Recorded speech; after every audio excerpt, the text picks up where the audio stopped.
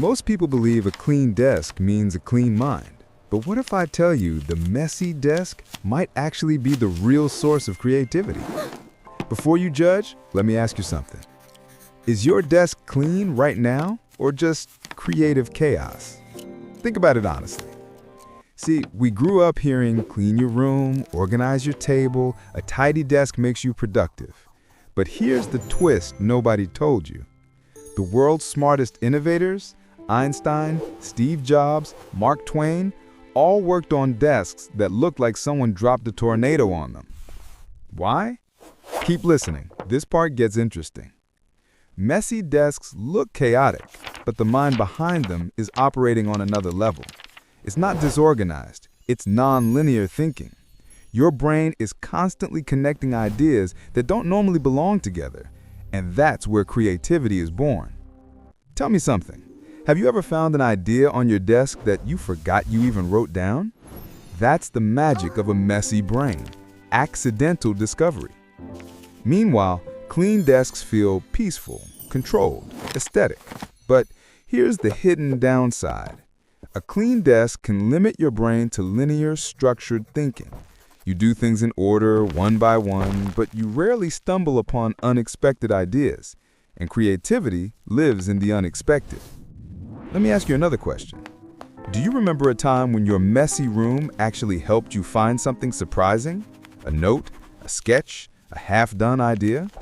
If yes, you're proving my point. This is what I meant. Now, don't get me wrong, I'm not saying clean desks are useless. Clean desks help with discipline, speed, and reducing stress. But today's video is about why messy minds secretly win. Here's the real truth. A messy desk mimics how the brain works. Your thoughts are not neat. Your ideas are not sorted. Your creativity doesn't come with labels. Mess mirrors mind, and that's why messy thinkers come up with bolder ideas. You know what's even crazier? Your messy environment forces your brain to develop stronger memory pathways because you're constantly remembering where things are, not by order, but by feeling. That improves intuition, pattern recognition, and idea linking. Let me ask you something real quick.